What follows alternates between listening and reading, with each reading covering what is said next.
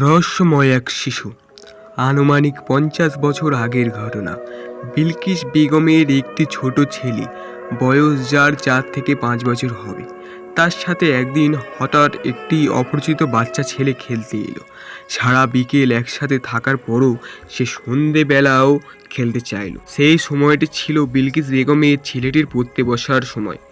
অপরিচিত ছেলেটি পড়ার সময়ও তাকে বিরক্ত করলো, তাই সে বাধ্য হয়ে তার মাকে ডাকলো।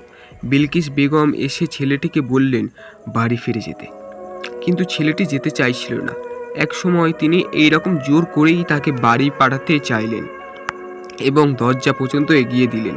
যাবার সময় ছেলেটি বাড়ির পেছন দিকে হেঁটে গেল।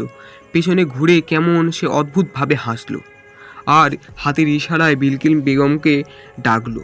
বিলকিস বেগম লক্ষ্য করলেন ছেলেটা হাত দিয়ে মাটির দিকে কিছু একটা দেখাচ্ছে। কি দেখাচ্ছে সেটা দূর থেকে বোঝা গেল না। তিনিও আর বেশি মাথা ঘামালেন না, ভাবলেন বাচ্চা ছেলের খেয়াল। ঘরে ফিরে গেলেন বিলকিস বেগম। সেই সন্ধ্যের ঘটনার পর দিন বিলকিস বেগমের ছেলে জ্বরে পড়ল। কয়েকদিন কঠিন জ্বরে ভুগল। ছেলেটা অবশেষে মারা গেল। পুত্র শোকে বিহ্বল হয়ে কয়েকটা দিন কেটে গেল। আস্তে আস্তে যখন স্বাভাবিক চেতনা ফিরতে শুরু করলো, হঠাৎ মনে হলো সেই অপরিচিত ছেলেটির কথা আর অদ্ভুত আচরণগুলির কথা।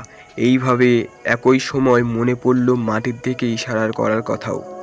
কি দেখাতে চেয়েছিল ছেলেটা সেদিনের আগে অথবা পরে? আর তো কখনোই দেখা যায়নি তাকে। কে ছিল সে? কোথা থেকে এলো? তার আসার সাথে এই মৃত্যুর কোনো ঝোঁক আছে কি?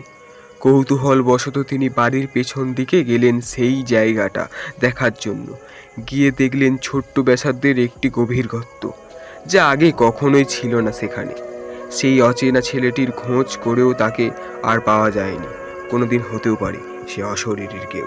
বন্ধুরা, আমাদের ভিডিও যদি আপনাদের কাছে ভালো লাগে তাহলে চ্যানেলটাকে লাইক করে এবং সাবস্ক্রাইব করে বেল আইকনটি বাজিয়ে দিয়ে যাবেন।